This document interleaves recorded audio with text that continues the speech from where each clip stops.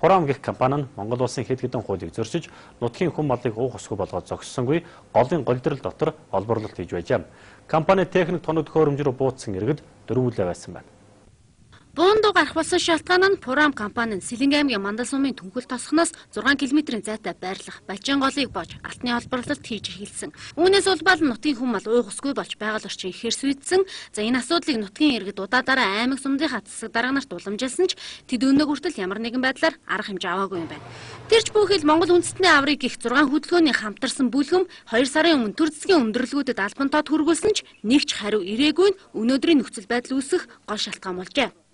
Ерөнхийдөө манай Монголын гол нуруудын нэгдсэн хөдөлгөөнөөс бол компанид биш засгийн газарт одоо Батуулт ерөнхий сайдад бол тэгээ Дэнгэрэл дарга ерөнхийлөгч гурвууланд нь одоо шаардлага хөрвүүлсэн байж байгаа. Тэгээ тэрнээс хойш тэр шаардлагыг хөрвүүлснээс хойш одоо бид нэр 2 сарын хугацаа өнгөрсөн 60 хоног шүү дээ. Тийм ээ, энэ хугацаанд л бид нарт ямар ч нэгэн хариу мэдээлэл өгөөгүй, ямар нэгэн байр суурь илэрхийлээгүй, хүлээж авч уулзаагүй. Ямар ч тийм санал солилцох тийм үйл ажиллагаа бол явагдаагүй. Тэгээ бид нэр 9 сарын 2-нд бол ерөнхий сайд биднэрт бол буцаад бид нэр мэдээлэл хөрвүүлсэн л дээ, иймэрхүү үйл ажиллагаанд орлоо гэдгийг. Пурам компани бий болгосон шавар шахаанд мал зоогдож, хиймэл нууранд нь унж өгөх нь энүүхэнд байдаг гин. Мөн гол боосноос олж нутгийн иргэд зөөрийн ус ашигладаг. За түүнийг нь Пурам компани зөөрөлдөг. Тэд энэ байдлаа ашиглан нутгийн иргэдийг уух усаар нь дарамтлах болсоор удаж байгаа гинэ. Тэр гол дагуух амьдарч байгаа тэр ард иргэд бол өмдний усгүй ингээд усын боолцсон. Тэгээд өөртөө бол бид нар ус зөөж өгдөг гэж ярьж байгаа боловч тэр доошоо бол 2 хоноод нэг удаа ус зөөж өгдөг гэж байгаа. Зарим нь болохоор зэрэг одоо өмдний усаа өгөхгүй тий. Одоо танах ийшээ нөө тэнд очиж буу гэдэг одоо хүсэлт тавьдсан байна л да. Тэр хүмүүст хэлдэг. Тэрийг нь биелүүлэхгүй бол нөгөө айлд нь бол ус өгдөггүй ч юм уу тий. Тийм ашиг сонирхлын зөрчилдөнтэй гэж ханддаг. Энэ дохоо гэж юм лээ. Дохоо. Ягаад өгөхөөр хөлөө дүгэнд ордоггүй, ард түмнийхээ үгийг сонсдоггүй, төр засагт дохоо болгохын тулд энэ асуудал яригдсан гэдэг ийм мэдээллийг сонссон. Тэгэхэд бол үнэхээр хүмүүс бол ингээд дарамтан дотор. Энэ багийн засаг дарагчид дээд дарагтай дарамтлагдсан, сумын засаг дарагт дээд дарагтай дарамтлагдсан, ерөөсөө дарамтлын дорол төр засгийн доод албаны өмсүүд бол дарамтан дотор ажилладаг. За тэнд загас жаргахыг нь өгсөн байж тэр боромчин усыг хаагаад хордуулсан байх шүү.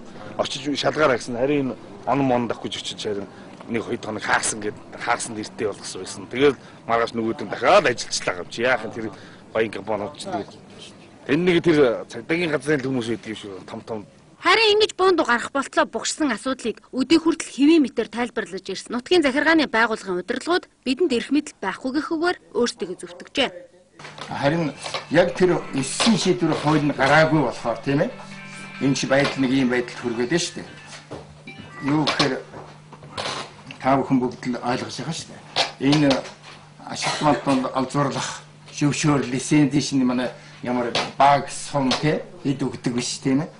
Кадастрын алуунаас аваад өсөг баримтайгаар ирдэг тийм маягаар явдаг байх. Ийм тийм юм дээр бид нар зүгээр энэ байна юм байна уу яах вэ хяналтаа тавиад тийм ээ ингээд явж байгаа шүү дээ. Гол мөрний урсас бүрэлдэх их усны сан бүхий газрын хамгаалалтын бүс он сан бүхий газарт ашигт малтмал хайх ашиглахыг хориглох тухай хууль, усны тухай хууль, байгаль орчны тухай хуулиудыг ноттойгоор зөрчсөн Пурам компани энэ үйлдэлийг олон нийт төр засгийн өмнө нээлттэй болгох үүднээс ийм алхам хийхэд хүрсэн. Харин энэ үйлдэлийг гардан гүйцэтгэсэн 4 хүн өнөөдөр нутгийн холбогд хаалбаныхан болон цагдаагийнхантай зөвшөлдсөний дүнд өөрсдийн биеэр цагдаагийн хэсэгт хүрч очсон байна. Мэдээг дэлгэр цэцэг алтууйг нар бэлтгэн өргөлээ.